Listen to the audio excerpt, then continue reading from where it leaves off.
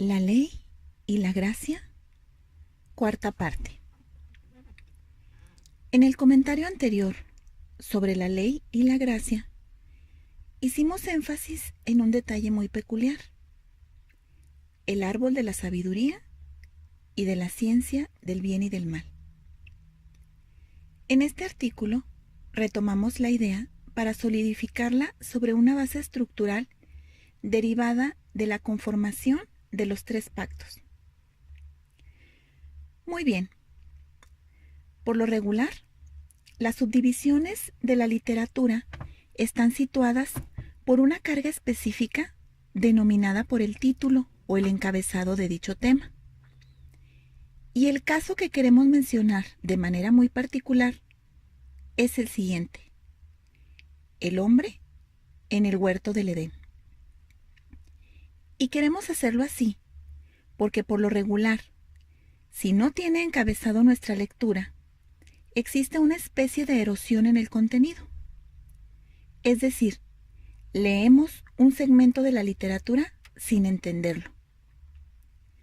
Para darle control a este fenómeno, colocamos en orden cada uno de los elementos de nuestro pasaje bíblico para identificarles y trasladarlos a otro artículo que tengan una identificación directa. Los tres pactos es la estructura fundamental de la Biblia. Son el universo o la idea global de todo el artículo celestial. Es decir, primero, el pacto de los profetas o pacto del agua. Luego, el pacto de la ley o pacto de la sangre.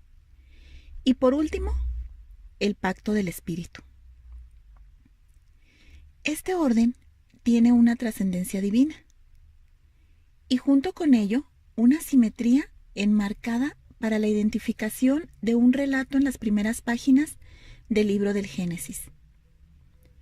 Para darle una forma y una realidad específica, de tal manera que la estructura de los tres pactos, a la luz de los elementos del Edén en el Génesis, identifiquen también otro paraíso, el nuevo Edén, el paraíso que se perdió. El que se ubicaba en la tierra de Mesopotamia pasó a ser un trillado territorio más de nuestro planeta, porque la voz de Dios nunca más volvió a hacer vibrar aquel lugar con su presencia. No obstante, todos los elementos pueden agruparse y ordenarse para identificarlos con la estructura bíblica y descubrir la estructura edénica en el relato magistral de los tres pactos. Hagamos el siguiente ejercicio. En el segundo capítulo del libro de Génesis se encuentra la siguiente porción. Y Jehová Dios hizo nacer de la tierra todo árbol delicioso a la vista y bueno para comer. También el árbol de la vida en medio del huerto y el árbol de la ciencia del bien y del mal. Y salía de Edén un río para regar el huerto, y de allí se repartía en 4 brazos. Génesis 2, capítulos 9 y 10. Estos 2 versículos tienen la peculiaridad del orden divino. Es decir, si tomamos en cuenta que Dios identifica a sus hijos con árboles frutales, entendemos pues la expresión de Juan el Bautista. Y ya también el hacha está puesta a la raíz de los árboles. Por tanto, todo árbol que no da buen fruto es cortado y echado en el fuego. Mateo 3:10.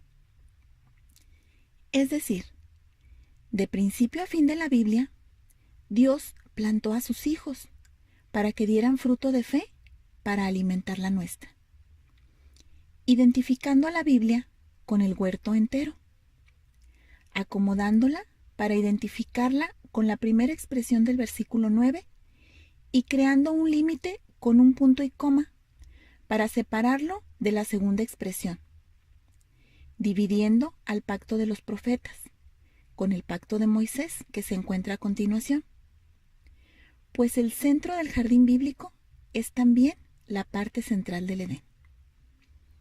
es decir, el pacto que se encuentra en medio de los tres, identificado como el lugar donde estaba plantado el árbol de la sabiduría y la ciencia del bien y del mal, y también el árbol de la vida.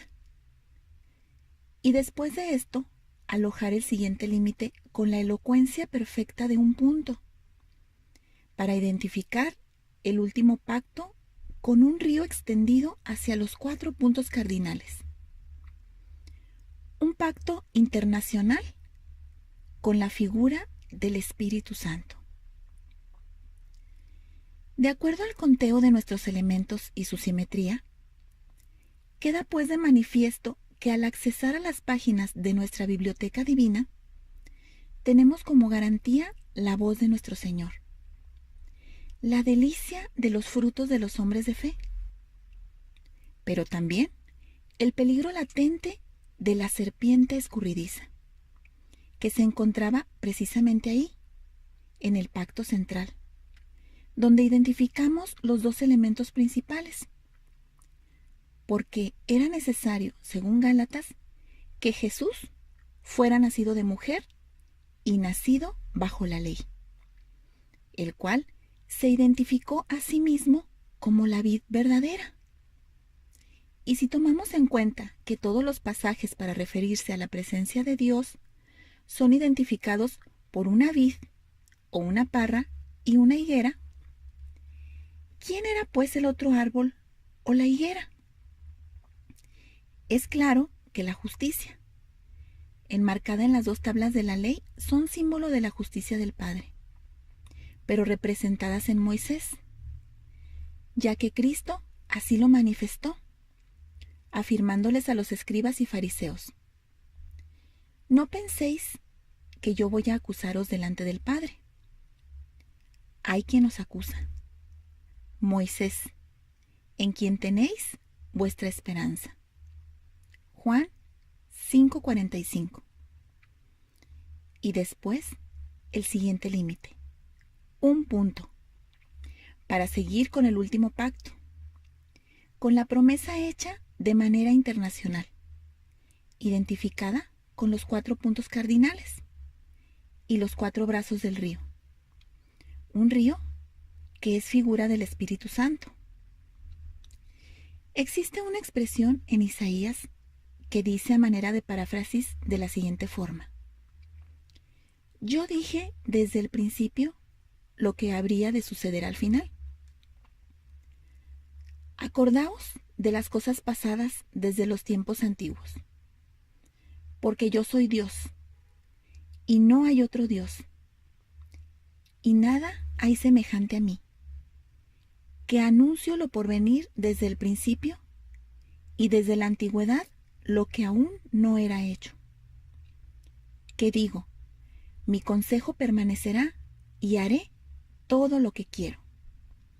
Isaías 46, versículos 9 y 10. Este ejercicio nos permitió, primero, echar mano de la estructura de los 3 pactos con una especie de aval que los respalda, es decir, una proyección original y legítima desde el Génesis. Luego, el conteo y la identificación de los elementos para trasladarlos a otro esquema con una distancia divina en el tiempo, es decir, las edades entre suceso y suceso. Después, la identificación de las 2 tablas del Decálogo y Moisés como el árbol de la sabiduría y la ciencia del conocimiento del bien y del mal, en lo cual queremos hacer énfasis. Y por último, las palabras de nuestro Dios, contando el final desde el principio. Así pues, y de esta manera, queremos retomar el tema de la ley y la gracia, con un esquema geográfico y uno literario, y hacer saber de manera contundente la importancia del conocimiento, y extender a lo largo de nuestra libertad la idea de una santidad cimentada en la fe, desarrollada en el amor de Dios y finiquitada en el amor a su Hijo Jesucristo. con la esperanza de ser sostenidos hoy, mañana y siempre por su amor eterno, por su promesa y por su fidelidad, para la garantía de nuestra salvación, creyendo siempre que somos salvos porque Él así lo decidió, porque puso en nosotros un corazón que le buscara. Y les daré corazón para que me conozcan que yo soy Jehová, y me serán por pueblo, y yo les seré a ellos por Dios, porque se volverán a mí de todo su corazón. Jeremías 24:7. Ahora, ¿cómo era pues el ejercicio de la fe judía? ¿En qué consistía la ley de Moisés para ellos? Primero, la ley tenía dos conceptos diferentes en su aplicación, basada en un hecho fundamental. Cuando Moisés bajó por primera vez del monte Sinaí, estas eran un regalo, y el concepto estaba enmarcado con un término de testimonio.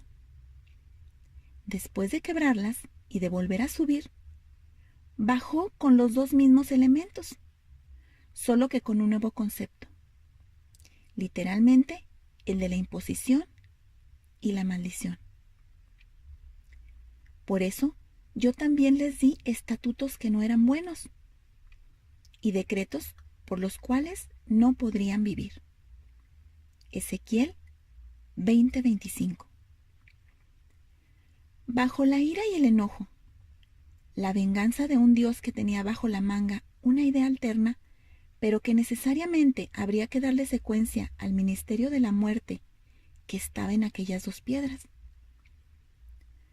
Como testimonios, el punto era repetirlos para memorizar hasta el punto de lo radical como estrategia de medición o cálculo para la verificación de su presencia en el individuo o creyente judío. Es decir, si el creyente permanecía dentro de los límites de esa actitud, disfrutaba del gozo de la presencia de Dios en su interior y no le faltaba nada. De no ser así, era necesario entonces buscar a Dios para esparcirle sangre y rogar por su presencia. Otros quedaron bajo la maldición de la ley, pues ciegos perdieron el rumbo y su relación con Dios, el cual era la inteligencia, la sabiduría y el conocimiento, y lejos de éste se perdieron. A los cuales él dijo: este es el reposo, dad reposo al cansado, y este es el refrigerio, mas no quisieron oír.